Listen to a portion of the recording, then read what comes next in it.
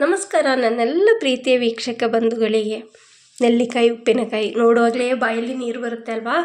ನೆಲ್ಲಿಕಾಯಿ ಅಂದರೆ ನಮಗೆ ತುಂಬ ಇಷ್ಟ, ಜಾಸ್ತಿ ನಾವು ತಿಂತಾ ಇರ್ತೀವಿ ನೆಲ್ಲಿಕಾಯಿ ಅಲ್ವಾ. ಇದರಲ್ಲಿ ವಿಟಮಿನ್ ಸಿ ಜಾಸ್ತಿ ಇದೆ. ಇದನ್ನು ತಿನ್ನೋದ್ರಿಂದ ನಮಗೆ ದೇಹಕ್ಕೆ ಬೇಕಂತ ರೋಗ ನಿರೋಧಕ ಶಕ್ತಿ, ಚರ್ಮದ ಕಾಯಿಲೆಗೆಲ್ಲ ತುಂಬ ಒಳ್ಳೆಯದಿದು. ನೋಡಿ, ಚಿಕ್ಕದಾಗಿ ಕಟ್ ಮಾಡಿ ಇಟ್ಟಂತಹ ನೆಲ್ಲಿಕಾಯಿಯನ್ನು ಸ್ವಲ್ಪ ಬೇಯಿಸಬೇಕು. ಫಸ್ಟು ಉಪ್ಪಿನಕಾಯಿ ಮಾಡಬೇಕಾದ್ರೆ ಉಪ್ಪು ಹಾಕಿ ಬೇಯಿಸಬೇಕು. ಆಮೇಲೆ ಬ್ಯಾಡಗಿ ಮೆಣಸಿನಕಾಯಿ, ಇಲ್ಲ ಹೆಚ್ಚು ಖಾರ ಬೇಕಾದರೂ ಗುಂಟೂರು ಮೆಣಸಿನಕಾಯಿ ತೊಗೊಳ್ಬೋದು. ಆಮೇಲೆ ಅರ್ಧ ಸ್ಪೂನು ಮೆಂತ್ಯ ಹಾಕಬೇಕು. ಆಮೇಲೆ ಹಸಿ ಸಾಸಿವೆ ಸ್ವಲ್ಪ ಹಾಕಬೇಕು. ಆಮೇಲೆ ಅರಿಶಿಣ ಪುಡಿ ಹಾಕಬೇಕು.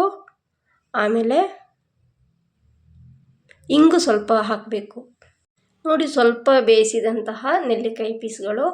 ಇದನ್ನು ಇನ್ನು ಗ್ರೈಂಡ್ ಮಾಡಬೇಕು. ಪುಡಿ ಪುಡಿಯಾಗಿ ಇರಬೇಕು. ಕಾಣಲಿಕ್ಕೂ ತುಂಬ ಚೆನ್ನಾಗಿದೆ, ಆರೋಗ್ಯಕ್ಕೂ ತುಂಬ ಒಳ್ಳೆಯದು. ನೆಲ್ಲಿಕಾಯಿ ಜ್ಯೂಸ್ ಮಾಡಿ ಕುಡಿದ್ರೆ ಕಣ್ಣಿನ ದೃಷ್ಟಿಗೆ ತುಂಬ ಒಳ್ಳೆಯದು. ಹಾಗೆ ನೆಲ್ಲಿಕಾಯಿ ಎಣ್ಣೆನ ತಲೆಗೆ ಉಪಯೋಗಿಸಿದರೆ ಕೂದಲು ತುಂಬ ಚೆನ್ನಾಗಿ ಉದ್ದವಾಗಿ ಆರೋಗ್ಯಕರವಾಗಿ ಬೆಳೆಯುತ್ತೆ. ತಲೆ ಕೂದಲು ಉದುರುವ ಸಮಸ್ಯೆ ಕೂಡ ಇದರಿಂದ ದೂರವಾಗುತ್ತೆ. ಬ್ಲಡ್ ಶುಗರು ಕಡಿಮೆ ಮಾಡಲು ಕೂಡ ನೆಲ್ಲಿಕಾಯಿ ಜ್ಯೂಸನ್ನು ಉಪಯೋಗಿಸ್ತಾರೆ, ಇಲ್ಲ ಚೂರ್ಣ ಮಾಡಿ ಬೆಳಿಗ್ಗೆ ಬರೀ ಹೊಟ್ಟೆಗೆ ತಗೊಳ್ತಾರೆ. ನೆಲ್ಲಿಕಾಯಿಯನ್ನು ಹೆಚ್ಚು ಸೇವಿಸೋದ್ರಿಂದ ಹಾರ್ಟಿನ ಸಮಸ್ಯೆ ಏನಾದರೂ ಇದ್ದರೆ ಅದನ್ನು ನಿಯಂತ್ರಣ ಮಾಡಲು ಕೂಡ ಇದು ಹೆಲ್ಪ್ ಆಗುತ್ತೆ.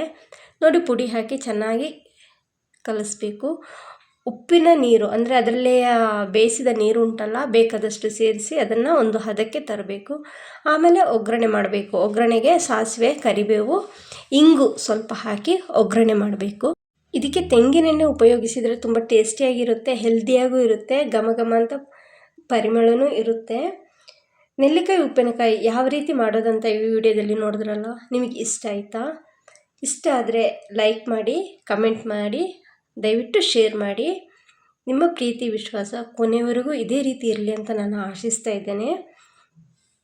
ಆಮೇಲೆ ಒಂದು ಬಾಟಲಲ್ಲಿ ಹಾಕಿ ಇದನ್ನು ಎಷ್ಟು 1 ವರ್ಷ ಬೇಕಾದರೂ ಸ್ಟೋರ್ ಮಾಡಿ ಇಟ್ಕೊಳ್ಬೋದು, ಹಾಳಾಗೋದಿಲ್ಲ. ಆದರೆ ಯಾವುದೇ ಕಾರಣಕ್ಕೂ ತಣ್ಣೀರು ಉಪಯೋಗಿಸಬೇಡಿ. ಕುದಿಸಿ ಆರಿಸಿದ ನೀರಲ್ಲೇ ಉಪ್ಪಿನಕಾಯಿ ಮಾಡಿ. ತುಂಬ ಟೇಸ್ಟಿಯಾಗಿ ತುಂಬ ಚೆನ್ನಾಗಿರುತ್ತೆ ತಿನ್ನಲಿಕ್ಕೆ, ಹೆಲ್ದಿ ಕೂಡ ಹೌದು, ಆರೋಗ್ಯಕ್ಕೆ ತುಂಬ ಒಳ್ಳೆಯದು. ನೆಲ್ಲಿಕಾಯಿಯಿಂದ ಲೇಹ ಕೂಡ ತಯಾರಾಗುತ್ತೆ. ಆಯುರ್ವೇದಿಕ್ ಔಷಧಿಗಳಲ್ಲಿ ಹೆಚ್ಚಾಗಿ ಬಳಸಲ್ಪಡ್ತಾರೆ.